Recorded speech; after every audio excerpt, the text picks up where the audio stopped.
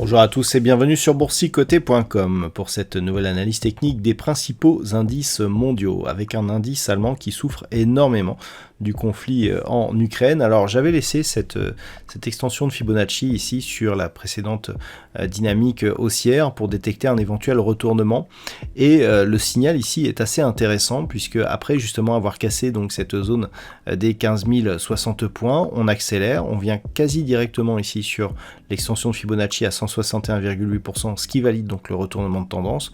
On se stabilise autour de cette zone et ensuite on accélère pour venir à très peu de points près clôturer sur cette deuxième extension de Fibonacci. Donc on va voir que ce n'est pas anodin comme signal à 261,8%, puisqu'on a quelques points d'écart ici entre la clôture et l'extension.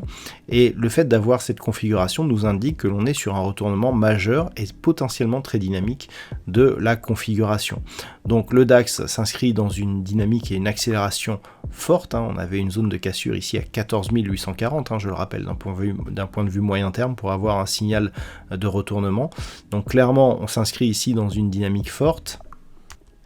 D'un point de vue moyen terme, l'objectif se situe désormais à 12 350 points, tant que les cours ne parviennent pas à repasser durablement ici, à minima la zone ici des 14 130, mais la zone moyen terme se situe toujours ici à 14 840 points, donc vous l'avez compris, le DAX pour l'instant se trouve dans une très forte dynamique baissière à court et moyen terme.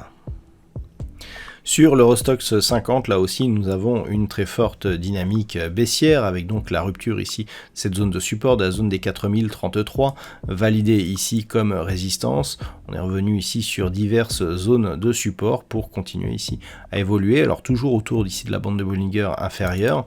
Et donc, suite à la rupture ici de cette zone des 3657 points, l'Eurostoxx 50 pourrait revenir sur une zone majeure ici que l'on avait utilisée.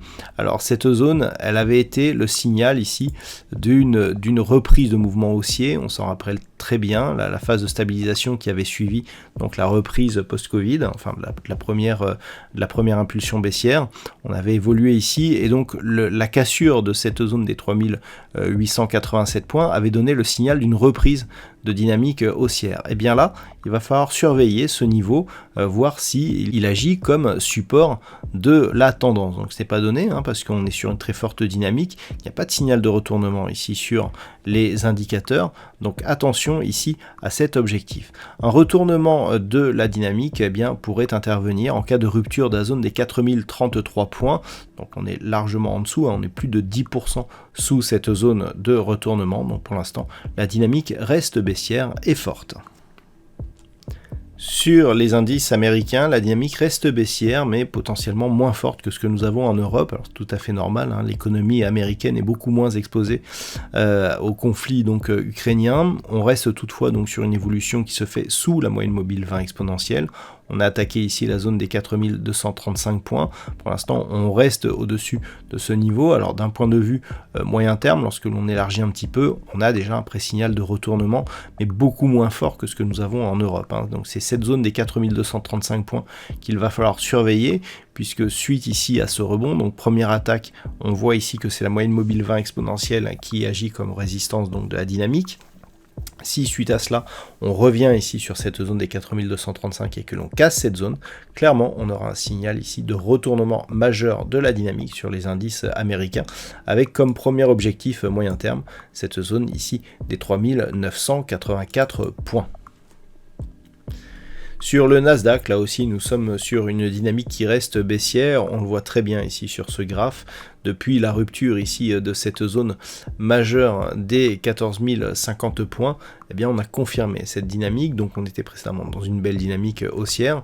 Là ici nous avons le retournement avec des cours donc qui viennent ici au contact de la bolle inférieure, qui casse une zone de support, retour ici sous moyenne mobile, et depuis la moyenne mobile ici, ici, et puis sur tous ces contacts là agit comme résistance. Ici sur la dynamique, nombreux contacts sur la bolle inférieure, donc tendance baissière. On a préservé dans un premier temps la zone des 14 050, puis suite à cette attaque, eh bien le rebond là aussi n'a pas permis de valider une rupture de la moyenne mobile 20 exponentielle. On repart ici à la baisse sur ce mouvement. Si on persiste à évoluer sous ce niveau des 14 050 points, le prochain objectif se situe ici sur cette zone des 12 766 points sur le Nasdaq. Et puis enfin sur le Nikkei, eh bien on vient valider donc la rupture ici de cette zone des 27 385 points. On avait une dynamique qui était restée baissière là aussi depuis que nous avions eu ici la première attaque de cette zone de support.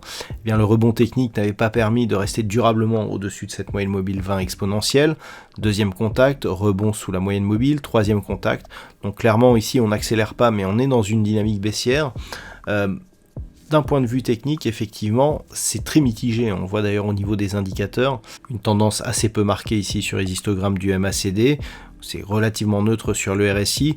Attention, on est toutefois donc dans un flux baissier et donc on peut accélérer. Alors pour comprendre cette accélération, il faut élargir un petit peu le graphe.